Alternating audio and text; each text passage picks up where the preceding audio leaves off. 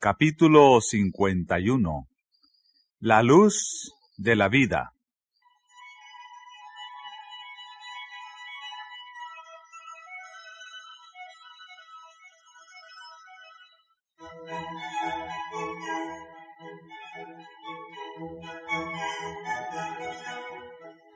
Otra vez, pues, Jesús les habló, diciendo: Yo soy la luz del mundo.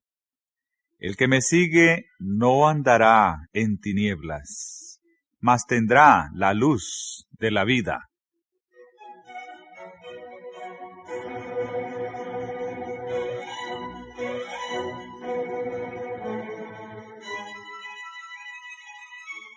Cuando pronunció estas palabras, Jesús estaba en el atrio del templo, especialmente relacionado con los ejercicios de la fiesta de las cabañas.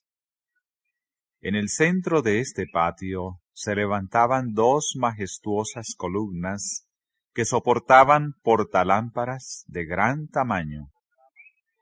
Después del sacrificio de la tarde se encendían todas las lámparas que arrojaban su luz sobre Jerusalén. Esta ceremonia estaba destinada a conmemorar la columna de luz que guiaba a Israel en el desierto y también a señalar la venida del Mesías. Por la noche, cuando las lámparas estaban encendidas, el atrio era teatro de gran regocijo. Los hombres canosos, los sacerdotes del templo y los dirigentes del pueblo se unían en danzas festivas al sonido de la música instrumental y el canto de los levitas.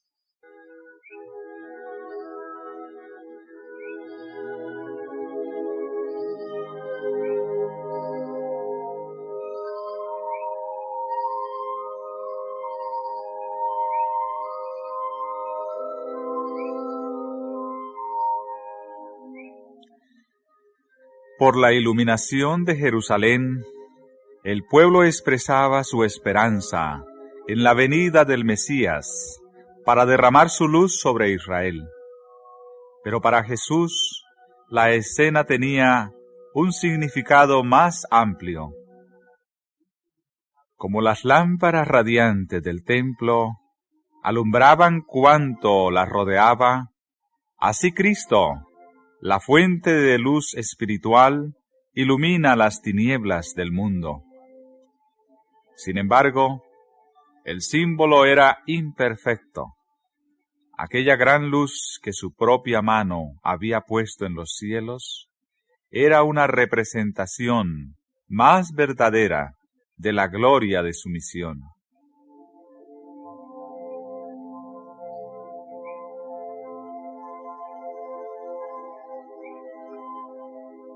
Era de mañana.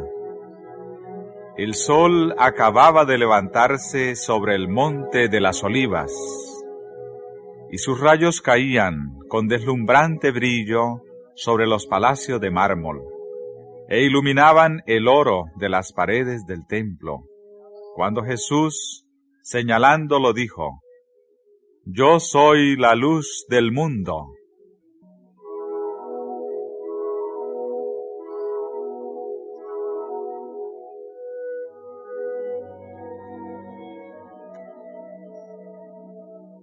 Mucho tiempo después, estas palabras fueron repetidas por uno que las escuchara en aquel sublime pasaje.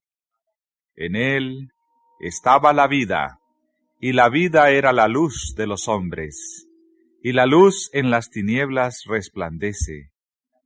Mas las tinieblas no la comprendieron. Era la luz verdadera, que alumbra a todo hombre que viene a este mundo.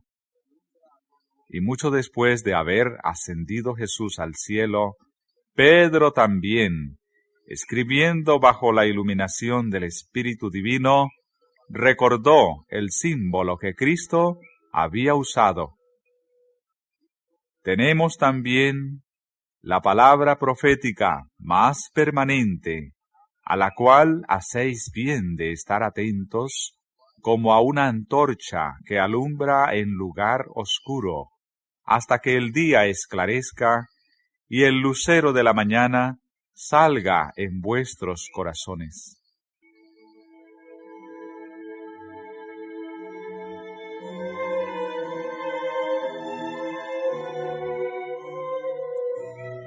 En la manifestación de Dios a su pueblo, la luz había sido siempre un símbolo de su presencia. A la orden de la palabra creadora, en el principio, la luz resplandeció de las tinieblas. La luz fue envuelta en la columna de nube de día y en la columna de fuego de noche, para guiar a las numerosas huestes de Israel. La luz brilló con tremenda majestad alrededor del Señor sobre el monte Sinaí. La luz descansaba sobre el propiciatorio en el tabernáculo. La luz llenó el templo de Salomón al ser dedicado.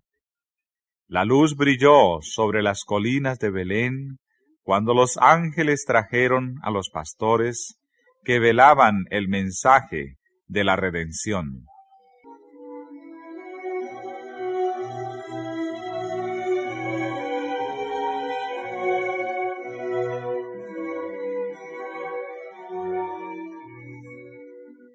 Dios es luz, y en las palabras, yo soy la luz del mundo, Cristo declaró su unidad con Dios y su relación con toda la familia humana. Era Él quien al principio había hecho que de las tinieblas resplandeciese la luz. Él es la luz del sol, la luna y las estrellas. Él era la luz espiritual que mediante símbolos, figuras y profecías había resplandecido sobre Israel. Pero la luz no era dada solamente para los judíos. Como los rayos del sol penetran hasta los remotos rincones de la tierra, así la luz del sol de justicia brilla sobre toda alma.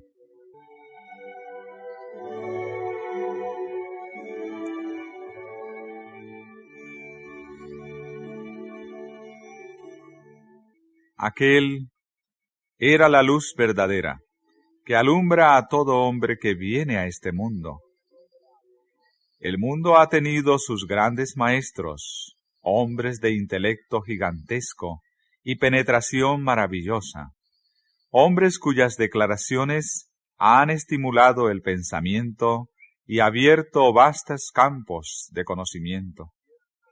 Y esos hombres han sido honrados como guías y benefactores de su raza. Pero hay uno que está por encima de ellos. Mas a todos los que le recibieron, dióles potestad de ser hechos hijos de Dios.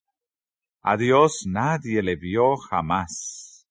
El unigénito Hijo, que está en el seno del Padre, Él le declaró.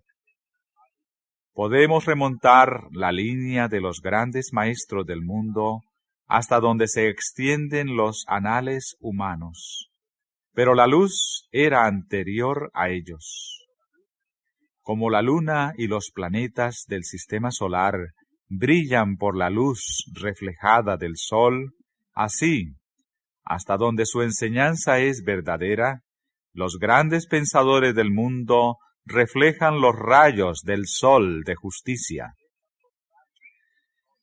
Toda gema del pensamiento, todo destello de la inteligencia, procede de la luz del mundo. Hoy día oímos hablar mucho de la educación superior. La verdadera educación superior la imparte aquel en el cual están escondidos todos los tesoros de sabiduría y conocimiento. En él estaba la vida, y la vida era la luz de los hombres.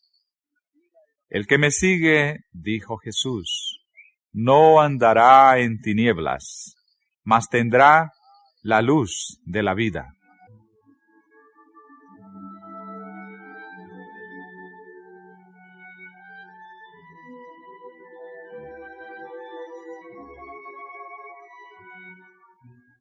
Con las palabras, yo soy la luz del mundo, Jesús declaró ser el Mesías. En el templo donde Cristo estaba enseñando, Simón el anciano lo había declarado luz para ser revelada a los gentiles y la gloria de tu pueblo Israel. En esas palabras le había aplicado una profecía familiar para todo Israel. El Espíritu Santo había declarado por el profeta Isaías, poco es que tú me seas siervo para levantar las tribus de Jacob y para que restaures los asolamientos de Israel. También te di por luz de las gentes, para que seas mi salud hasta lo postrero de la tierra. Se entendía generalmente que esta profecía se refería al Mesías. Y cuando Jesús dijo, yo soy la luz del mundo, el pueblo no pudo dejar de reconocer su acerto de ser el prometido. Para los fariseos y gobernantes, este acerto parecía una arrogante presunción. No podían tolerar que un hombre semejante a ellos tuviera tales pretensiones. Simulando ignorar sus palabras, preguntaron, ¿tú quién eres? Estaban empeñados en forzarle a declararse el Cristo. Su apariencia y su obra eran tan diferentes de las expectativas del pueblo que, como sus astutos enemigos creían, una proclama directa de sí mismo como el Mesías hubiera provocado su rechazamiento como impostor.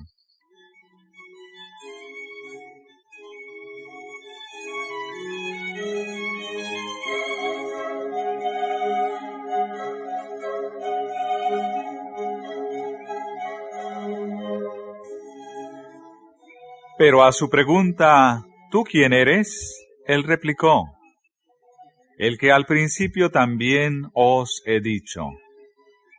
Lo que se había revelado por sus palabras, se revelaba también por su carácter.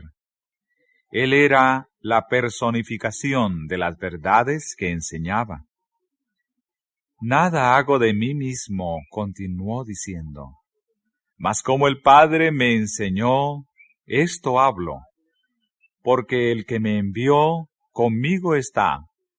No me ha dejado solo el Padre, porque yo, lo que a él agrada, hago siempre. No procuró probar su pretensión mesiánica, sino que mostró su unión con Dios. Si sus mentes hubiesen estado abiertas al amor de Dios, hubieran recibido a Jesús.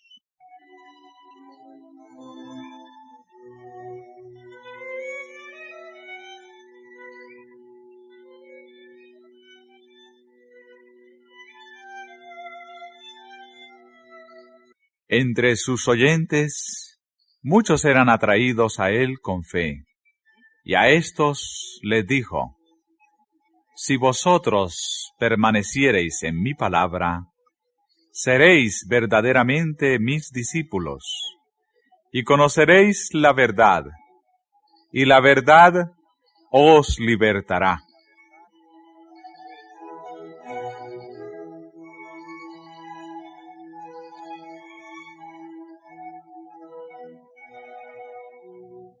Estas palabras ofendieron a los fariseos. Pasando por alto la larga sujeción de la nación a un yugo extranjero, exclamaron coléricamente, Simiente de Abraham somos, y jamás servimos a nadie. ¿Cómo dices tú, seréis libres? Jesús miró a esos hombres esclavos de la malicia, cuyos pensamientos se concentraban en la venganza, y contestó con tristeza: De cierto os digo, que todo aquel que hace pecado es siervo del pecado. Ellos estaban en la peor clase de servidumbre, regidos por el espíritu del maligno.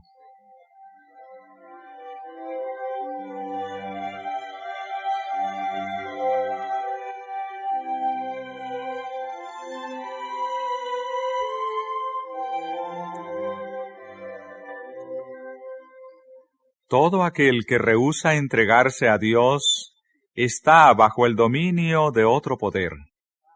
No es su propio dueño. Puede hablar de libertad, pero está en la más abyecta esclavitud. No le es dado ver la belleza de la verdad, porque su mente está bajo el dominio de Satanás.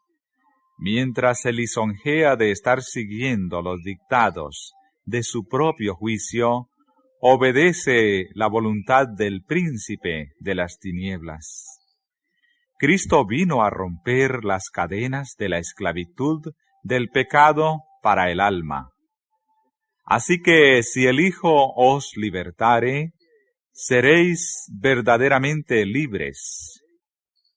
Porque la ley del Espíritu de vida en Cristo Jesús, se nos dice, me ha librado de la ley del pecado y de la muerte.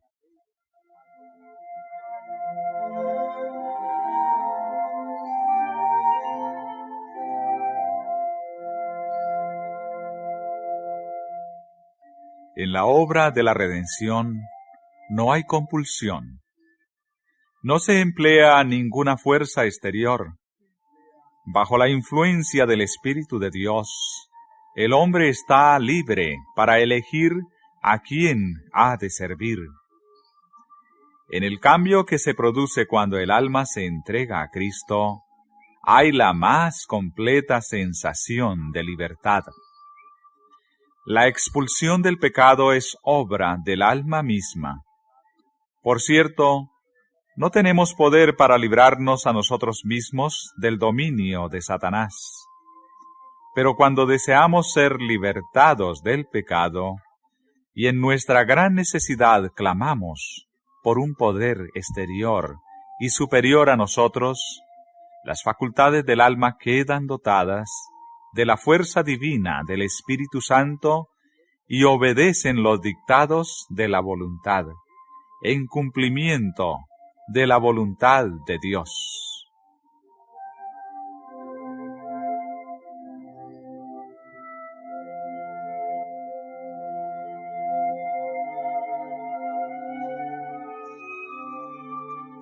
La única condición bajo la cual es posible la libertad del hombre es que éste llegue a ser uno con Cristo. La verdad os libertará. Y Cristo es la verdad. El pecado puede triunfar solamente debilitando la mente y destruyendo la libertad del alma. La sujeción a Dios significa la rehabilitación de uno mismo, de la verdadera gloria y dignidad del hombre. La ley divina, a la cual somos inducidos a sujetarnos, es la ley de libertad.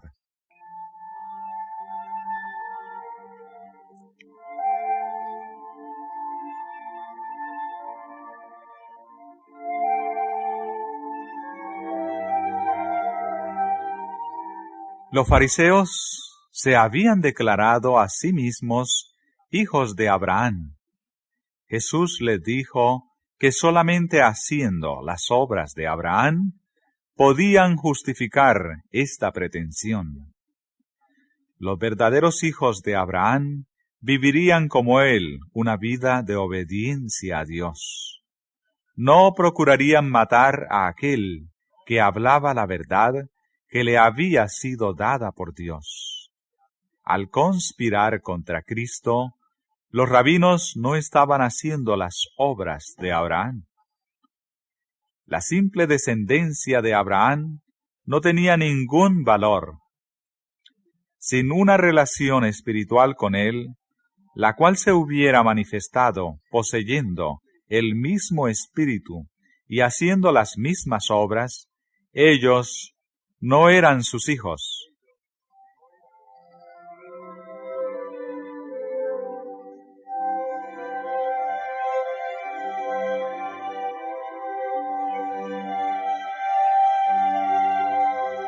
Este principio se aplica con igual propiedad a una cuestión que ha agitado por mucho tiempo al mundo cristiano, la cuestión de la sucesión apostólica.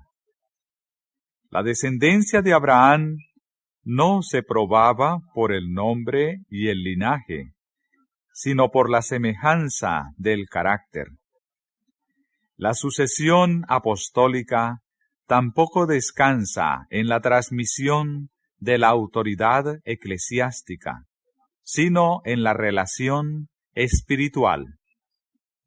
Una vida movida por el espíritu de los apóstoles, el creer y enseñar las verdades que ellos enseñaron, esta es la verdadera evidencia de la sucesión apostólica. Es lo que constituye a los hombres sucesores de los primeros maestros del Evangelio.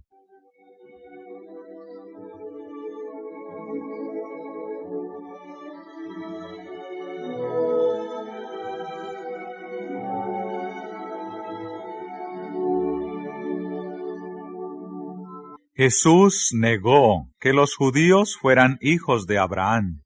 Dijo: «Vosotros hacéis las obras de vuestro padre».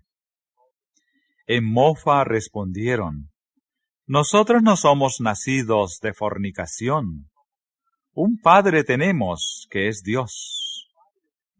Estas palabras, que aludían a las circunstancias del nacimiento de Cristo, estaban destinadas a ser una estocada contra Cristo, en presencia de los que estaban comenzando a creer en él.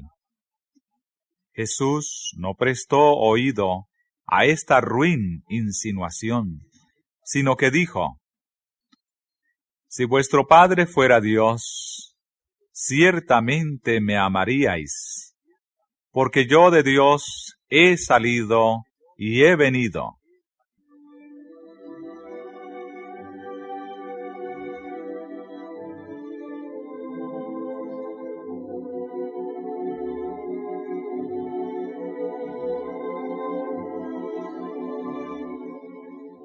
Sus obras testificaban del parentesco de ellos con el que era mentiroso y asesino. «Vosotros de vuestro padre el diablo sois», dijo Jesús, «y los deseos de vuestro padre queréis cumplir». Él, homicida ha sido desde el principio, y no permaneció en la verdad, porque no hay verdad en él. Y porque yo digo verdad, no me creéis. Porque Jesús hablaba la verdad, y la decía con certidumbre, no fue recibido por los dirigentes judíos. Era la verdad lo que ofendía a estos hombres que se creían justos. La verdad exponía la falacia del error, condenaba sus enseñanzas y prácticas, y fue mal acogida. Ellos preferían cerrar los ojos a la verdad, antes que humillarse para confesar que habían estado en el error. No amaban la verdad, no la deseaban, aunque era la verdad.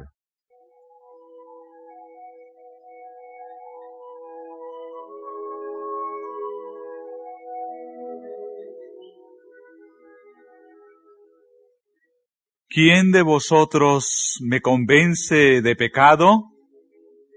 Y si digo la verdad, ¿por qué no me creéis? Día tras día, durante 3 años, los enemigos de Cristo le habían seguido, procurando hallar alguna mancha en su carácter. Satanás y toda la confederación del maligno habían estado tratando de vencerle, pero nada había hallado en él de lo cual sacar ventaja. Hasta los demonios estaban obligados a confesar: sé quién eres, el Santo de Dios. Jesús vivió la ley a la vista del cielo, de los mundos no caídos y de los hombres pecadores.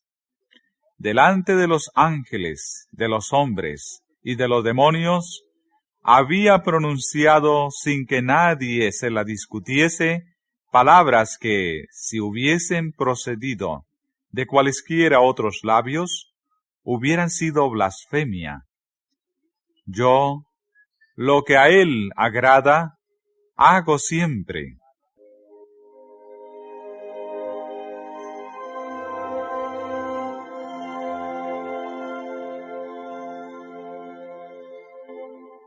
El hecho de que, a pesar de que no podían hallar pecado en él, los judíos no recibían a Cristo, probaba que no estaban en comunión con Dios. No reconocían la voz de Dios en el mensaje de su Hijo. Pensaban que estaban condenando a Cristo, pero al rechazarlo, estaban sentenciándose a sí mismos. El que es de Dios, dijo Jesús, las palabras de Dios oye, por esto no las oís vosotros, porque no sois de Dios.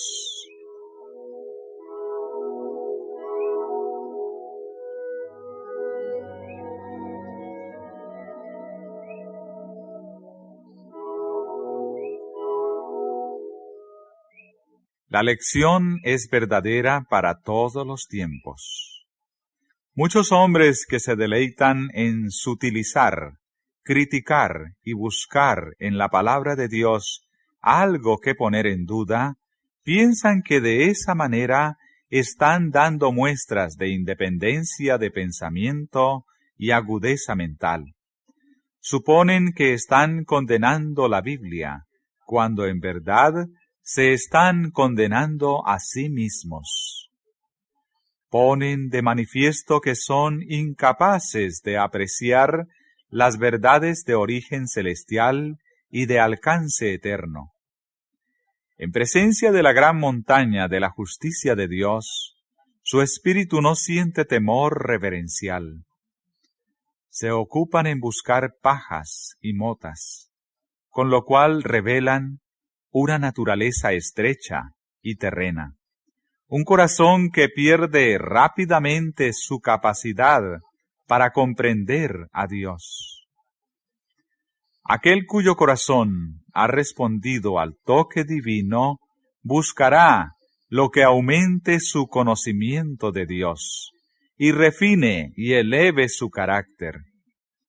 Como una flor se torna al sol, para que sus brillantes rayos le den bellos colores, así se tornará el alma al sol de justicia, para que la luz del cielo embellezca el carácter con las gracias del carácter de Cristo.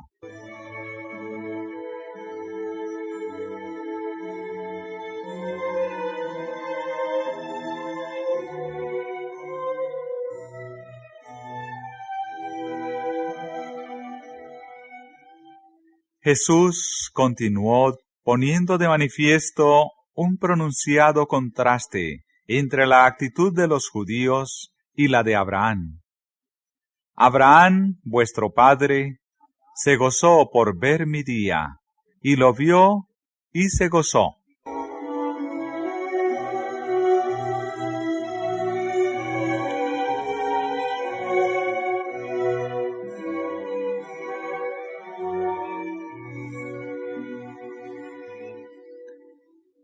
Abraham había deseado mucho ver al Salvador prometido. Elevó la más ferviente oración porque antes de su muerte pudiera contemplar al Mesías. Y vio a Cristo.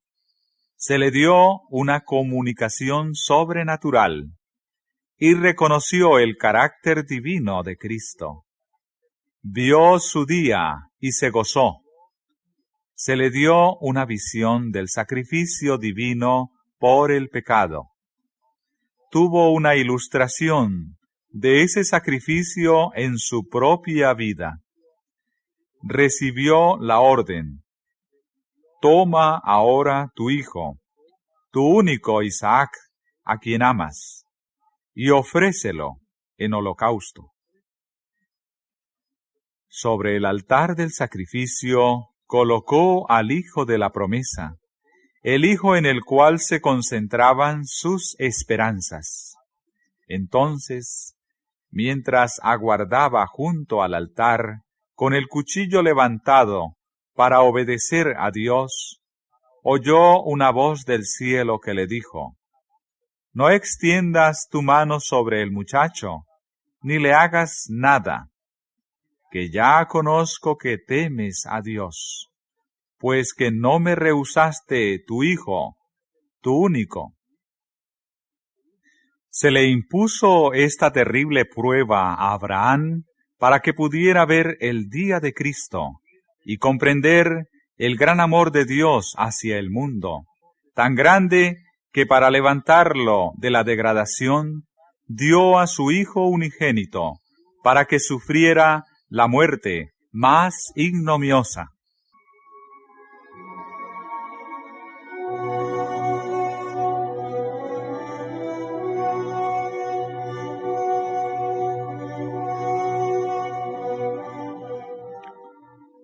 Abraham aprendió de Dios la mayor lección que haya sido dada a los mortales.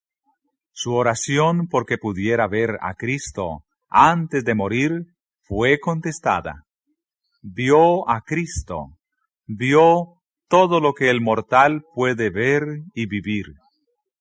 Mediante una entrega completa, pudo comprender esa visión referente a Cristo. Se le mostró que al dar a su Hijo unigénito para salvar a los pecadores de la ruina eterna, Dios hacía un sacrificio mayor y más asombroso que el que jamás pudiera hacer el hombre.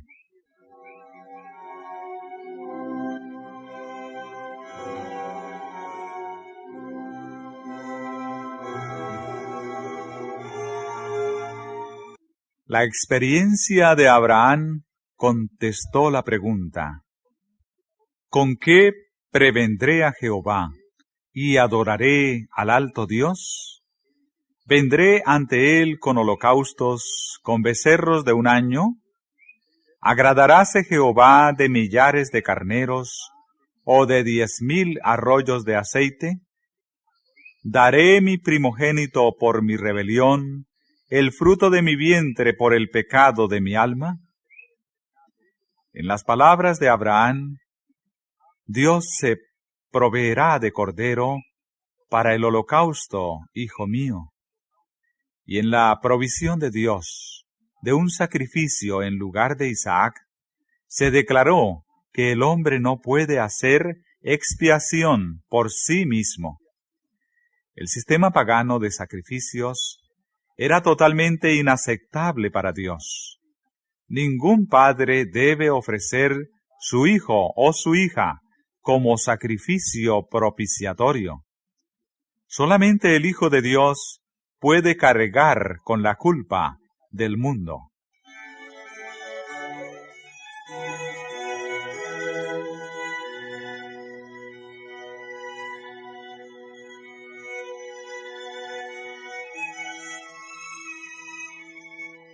Por su propio sufrimiento, Abraham fue capacitado para contemplar la misión de sacrificio del Salvador. Pero los hijos de Israel no podían entender lo que era tan desagradable para su corazón orgulloso. Las palabras de Cristo concernientes a Abraham no tuvieron para sus oyentes ningún significado profundo. Los fariseos vieron en ellas solo un nuevo motivo para cavilar. Contestaron con desprecio, como si probaran que Jesús debía ser un loco. ¿Aún no tienes 50 años y has visto a Abraham?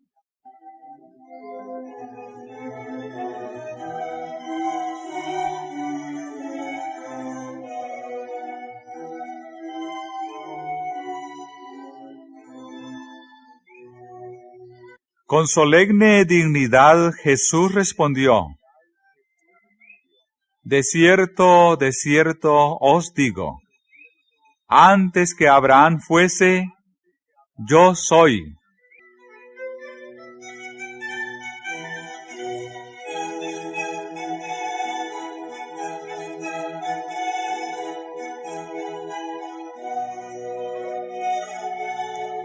Cayó el silencio sobre la vasta concurrencia.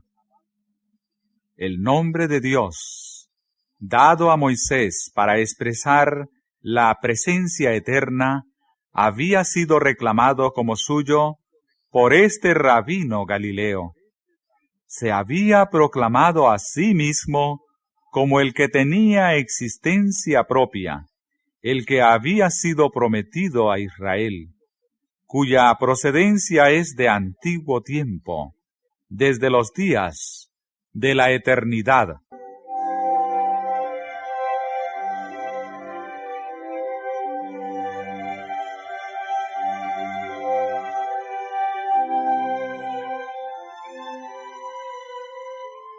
Otra vez los sacerdotes y rabinos clamaron contra Jesús, acusándole de blasfemo. Su pretensión de ser uno con Dios los había incitado antes a quitarle la vida. Y pocos meses más tarde declararon lisa y llanamente: por buena obra no te apedreamos, sino por la blasfemia, y porque tú, siendo hombre, te haces Dios. Porque era y reconocía ser el Hijo de Dios, estaban resueltos a matarlo. Ahora muchos del pueblo, adhiriéndose a los sacerdotes y rabinos, tomaron piedras para arrojárselas. Mas Jesús se encubrió y salió del templo, y atravesando por medio de ellos, se fue.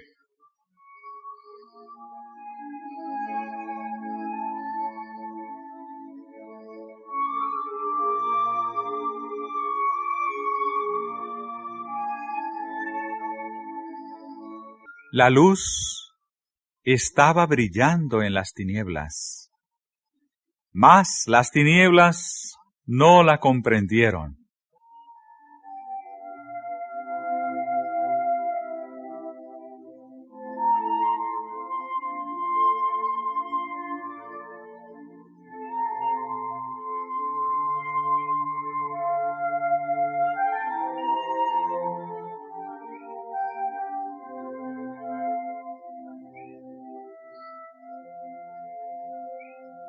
Y pasando Jesús, vio a un hombre ciego desde su nacimiento. Y preguntáronle sus discípulos, diciendo: Rabí, ¿quién pecó, éste o sus padres, para que naciese ciego? Respondió Jesús: ni éste pecó, ni sus padres, mas para que las obras de Dios se manifestasen en él. Esto dicho, escupió en tierra, e hizo lodo con la saliva, y untó con el lodo sobre los ojos del ciego, y díjole: Ve, lávate en el estanque de Siloé, que significa, si lo interpretares, enviado. Y fue entonces, y lavóse, y volvió viendo.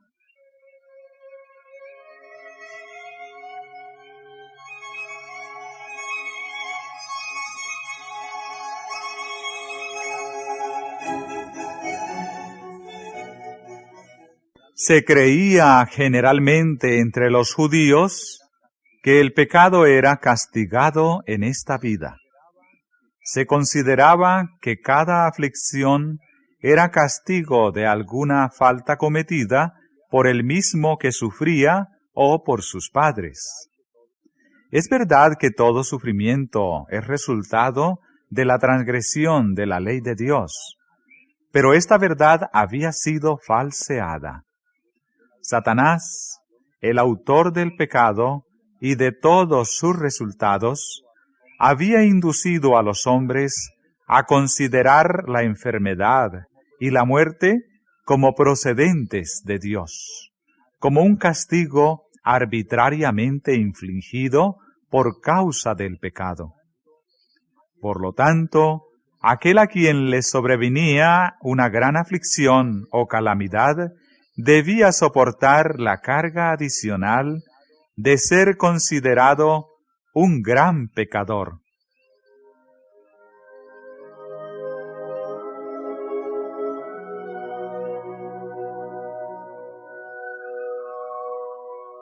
Así estaba preparando el camino para que los judíos rechazaran a Jesús, el que llevó nuestras enfermedades y sufrió nuestros dolores, iba a ser tenido por los judíos, por azotado, por herido de Dios y abatido, y de él escondieron el rostro.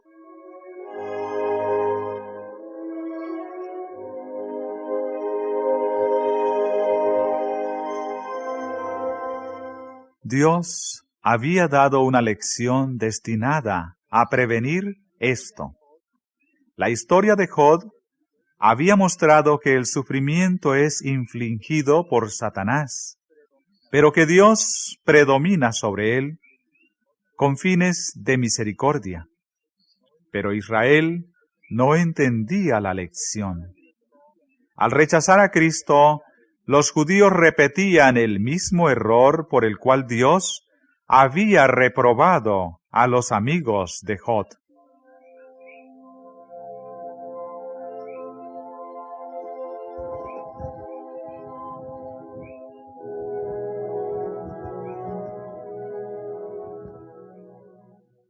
Los discípulos compartían la creencia de los judíos concerniente a la relación del pecado y el sufrimiento. Al corregir Jesús el error, no explicó la causa de la aflicción del hombre, sino que les dijo cuál sería el resultado. Por causa de ello, se manifestarían las obras de Dios. Entre tanto que estuviese en el mundo, dijo él, luz soy del mundo. Entonces, habiendo untado los ojos del ciego, lo envió a lavarse en el estanque de Siloé, y el hombre recibió la vista. Así Jesús contestó la pregunta de los discípulos de una manera práctica, como respondía él generalmente a las preguntas que se le dirigían nacidas de la curiosidad.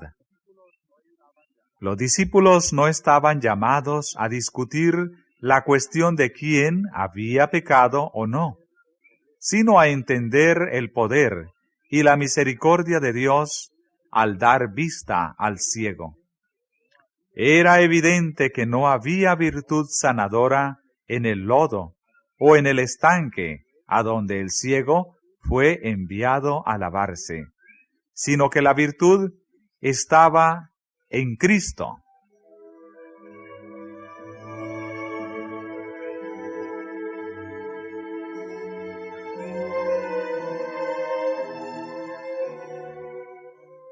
Los fariseos no podían menos que quedar atónitos por esta curación. Sin embargo, se llenaron más que nunca de odio, porque el milagro había sido hecho en sábado.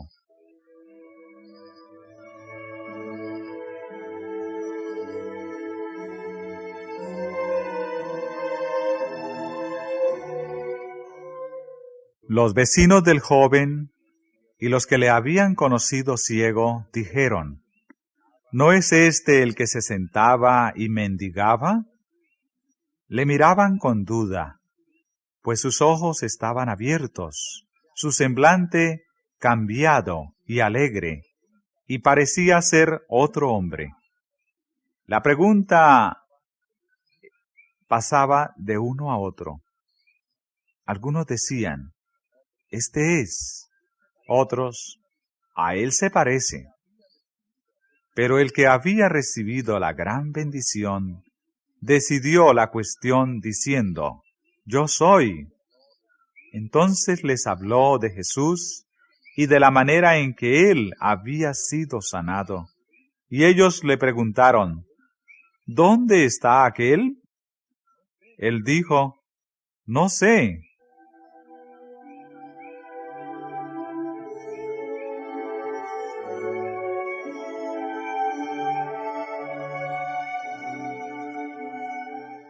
Entonces le llevaron ante el concilio de los fariseos.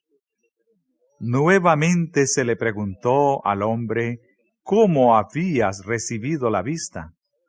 Y él les dijo, «Púsome lodo sobre los ojos, y me lavé, y veo». Entonces unos de los fariseos decían, «Este hombre no es de Dios, que no guarda el sábado». Los fariseos esperaban hacer aparecer a Jesús como pecador, y que por lo tanto no era el Mesías. No sabían que el que había sanado al ciego había hecho el sábado y conocía todas sus obligaciones. Aparentaban tener admirable celo por la observancia del día de reposo. Pero en ese mismo día estaban planeando un homicidio. Sin embargo, al enterarse de este milagro, muchos quedaron muy impresionados y convencidos de que aquel que había abierto los ojos del ciego era más que un hombre común. En respuesta al cargo de que Jesús era pecador, porque no guardaba el sábado, dijeron, ¿cómo puede un hombre pecador hacer estas señales?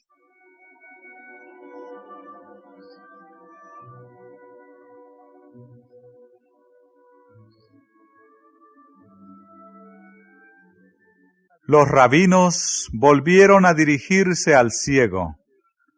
¿Tú qué dices del que te abrió los ojos? Y él dijo, que es profeta. Los fariseos aseguraron entonces que no había nacido ciego ni recibido la vista. Llamaron a sus padres y les preguntaron diciendo, ¿es este vuestro hijo, el que vosotros decís que nació ciego?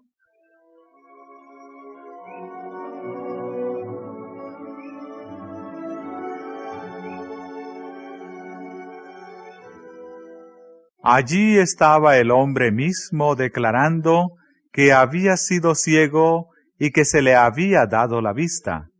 Pero los fariseos preferían negar la evidencia de sus propios sentidos antes que admitir que estaban en el error. Tan poderoso es el prejuicio, tan torcida es la justicia farisaica.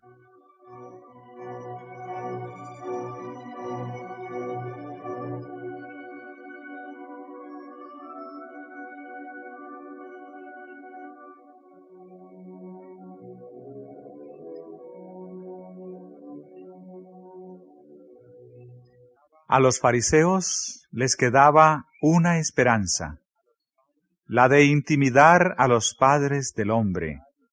Con aparente sinceridad preguntaron, ¿cómo pues ve ahora? Los padres temieron comprometerse, porque se había declarado que cualquiera que reconociese a Jesús como el Cristo fuese echado de la sinagoga. Es decir, excluido de la sinagoga por 30 días. Durante ese tiempo, ningún hijo sería circuncidado o ningún muerto sería lamentado en el hogar ofensor. La sentencia era considerada como una gran calamidad, y si no mediaba arrepentimiento, era seguida por una pena mucho mayor. La obra realizada en favor de su hijo había convencido a los padres. Sin embargo, respondieron: «Sabemos que este es nuestro hijo, y que nació ciego. Mas cómo ve ahora, no sabemos. O quién le haya abierto los ojos, nosotros no lo sabemos. Él tiene edad, preguntadle a él. Él hablará de sí». Así transfirieron toda la responsabilidad a su hijo, porque no se atrevían a confesar a Cristo.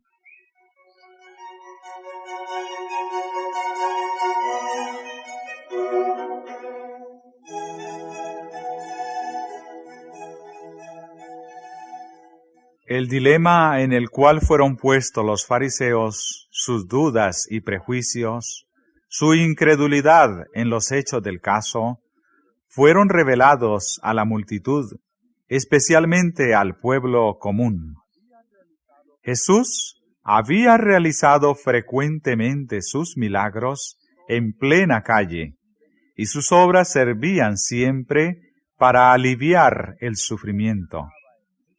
La pregunta que estaba en muchas mentes era: ¿haría Dios esas obras poderosas mediante un impostor, como afirmaban los fariseos que era Jesús? La discusión se había vuelto encarnizada por ambas partes.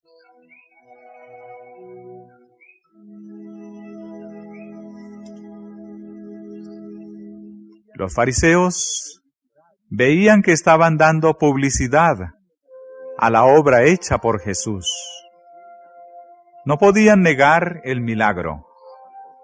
El ciego rebosaba gozo y gratitud. Contemplaba las maravillas de la naturaleza y se llenaba de deleite ante la hermosura de la tierra y del cielo. Relataba libremente su caso, y otra vez ellos trataron de imponerle silencio, diciendo: «Da gloria a Dios. Nosotros sabemos que este hombre es pecador». Es decir, no repitas que este hombre te dio la vista. Es Dios quien lo ha hecho.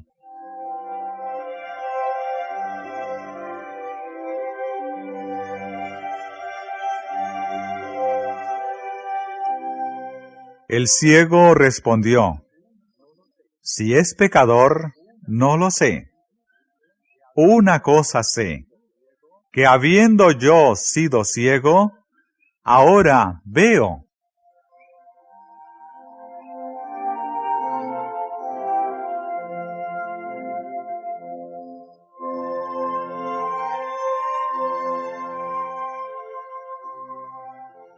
Entonces le preguntaron otra vez: «¿Qué te hizo? ¿Cómo te abrió los ojos?». Procuraron confundirlo con muchas palabras, a fin de que él se juzgase engañado. Satanás y sus ángeles malos estaban de parte de los fariseos y unían sus fuerzas y argucias al razonamiento de los hombres, a fin de contrarrestar la influencia de Cristo. Embotaron las convicciones hondamente arraigadas en muchas mentes. Los ángeles de Dios también estaban presentes para fortalecer al hombre cuya vista había sido restaurada.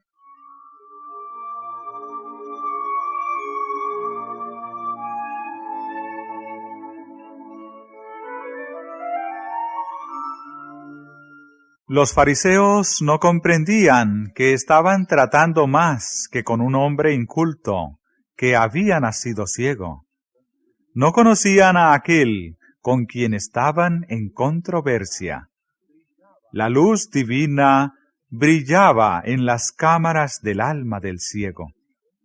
Mientras aquellos hipócritas procuraban hacerle descreído, Dios le ayudó a demostrar, por el vigor y la agudeza de sus respuestas, que no había de ser entrampado.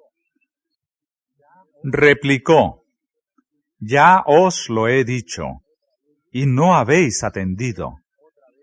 ¿Por qué lo queréis otra vez oír? ¿Queréis también vosotros haceros sus discípulos?» Y le ultrajaron y dijeron: «Tú eres su discípulo, pero nosotros, discípulos de Moisés somos. Nosotros sabemos que a Moisés habló Dios, mas no sabemos de dónde es».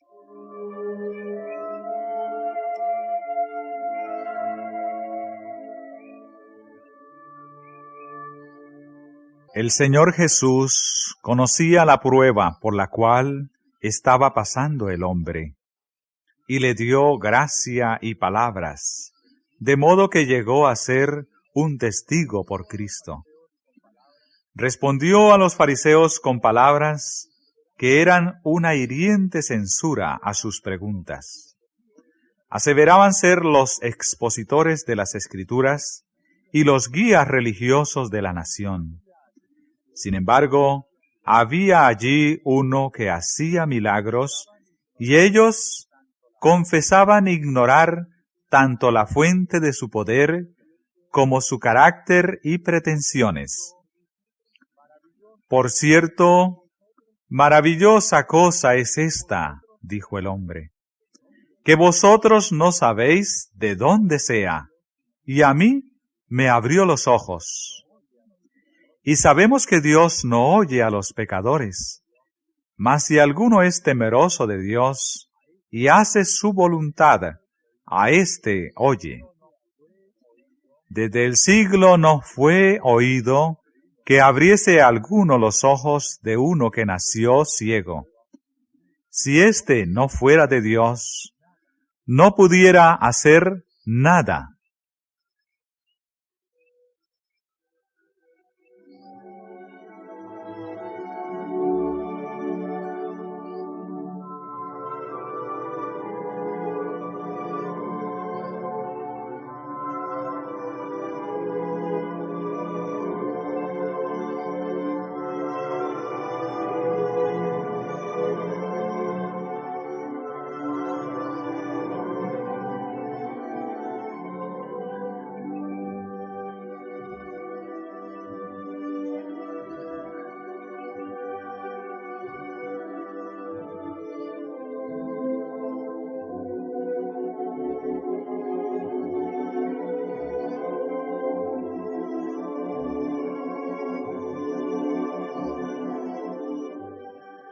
El hombre había hecho frente a sus inquisidores en su propio terreno. Su razonamiento era incontestable. Los fariseos estaban atónitos y enmudecieron, hechizados ante sus palabras penetrantes y resueltas. Durante un breve momento guardaron silencio. Luego, esos ceñudos sacerdotes y rabinos recogieron sus mantos, como si hubiesen temido contaminarse por el trato con él. Sacudieron el polvo de sus pies y lanzaron denuncias contra él. «En pecados eres nacido todo, ¿y tú nos enseñas?», y le excomulgaron.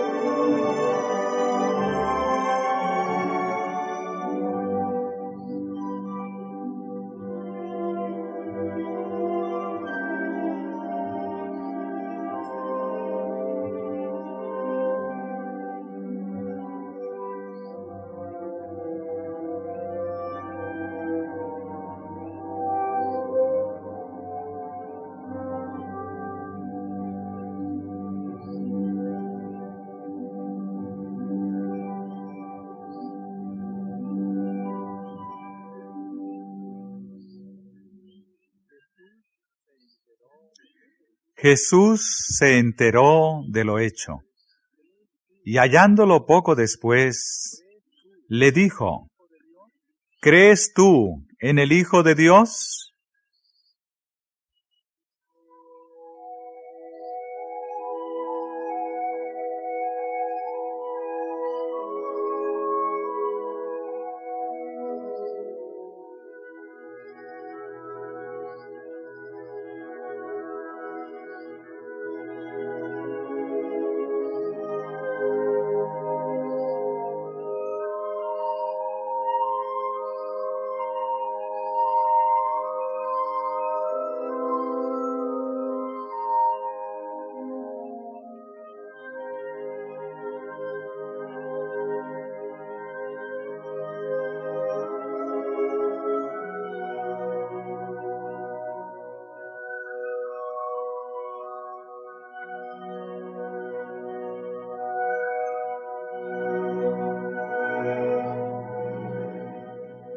Por primera vez, el ciego miraba el rostro de aquel que le sanara.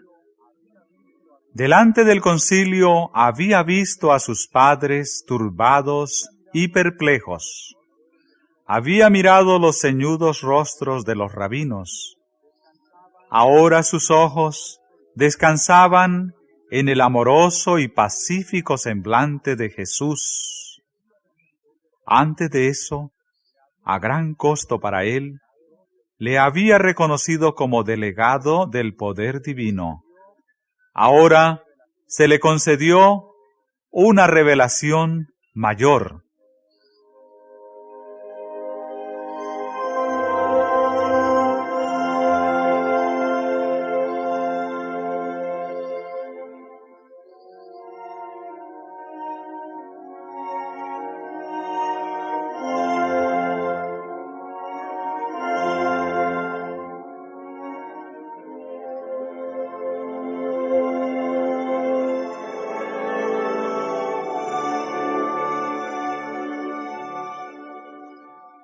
A la pregunta del Salvador, ¿crees tú en el Hijo de Dios?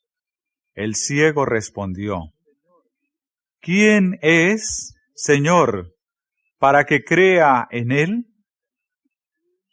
Y Jesús dijo: ¿Y le has visto? Y el que habla contigo, Él es. El hombre se arrojó a los pies del Salvador para adorarle. No solamente había recibido la vista natural, sino que habían sido abiertos los ojos de su entendimiento. Cristo había sido revelado a su alma y le recibió como el enviado de Dios.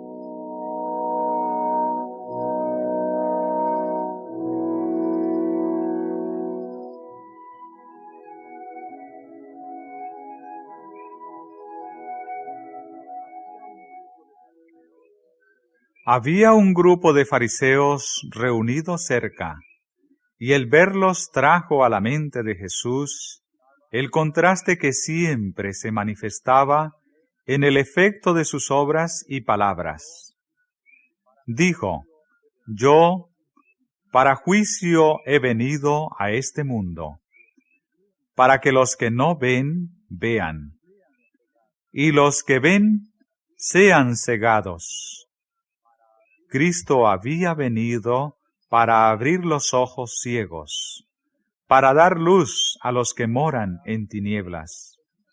Había declarado ser la luz del mundo, y el milagro que acababa de realizar era un testimonio de su misión.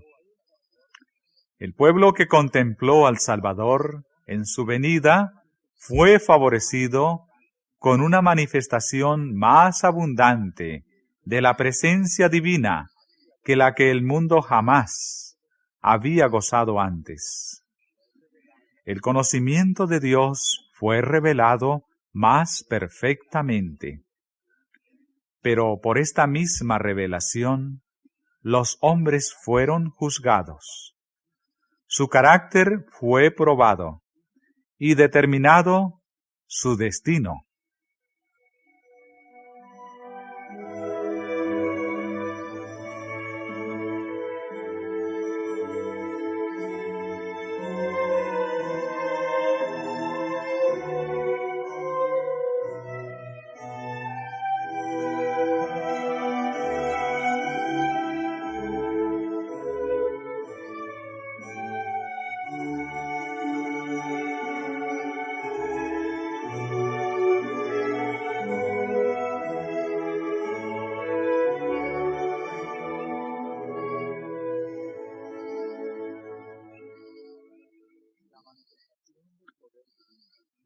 La manifestación del poder divino que le había dado al ciego vista natural, tanto como espiritual, había sumido a los fariseos en tinieblas más profundas. Algunos de sus oyentes, al sentir que las palabras de Cristo se aplicaban a ellos, preguntaron: ¿somos nosotros también ciegos? Jesús respondió: si fuerais ciegos, no tuvierais pecado. Si Dios hubiese hecho imposible para vosotros ver la verdad, vuestra ignorancia no implicaría culpa. Mas ahora decís: vemos. Os creéis capaces de ver y rechazáis el único medio por el cual podríais recibir la vista. A todos los que percibían su necesidad, Jesús les proporcionaba ayuda infinita. Pero los fariseos no confesaban necesidad alguna. Rehusaban venir a Cristo y por lo tanto fueron dejados en una ceguedad de la cual ellos mismos eran culpables. Jesús dijo: vuestro pecado permanece.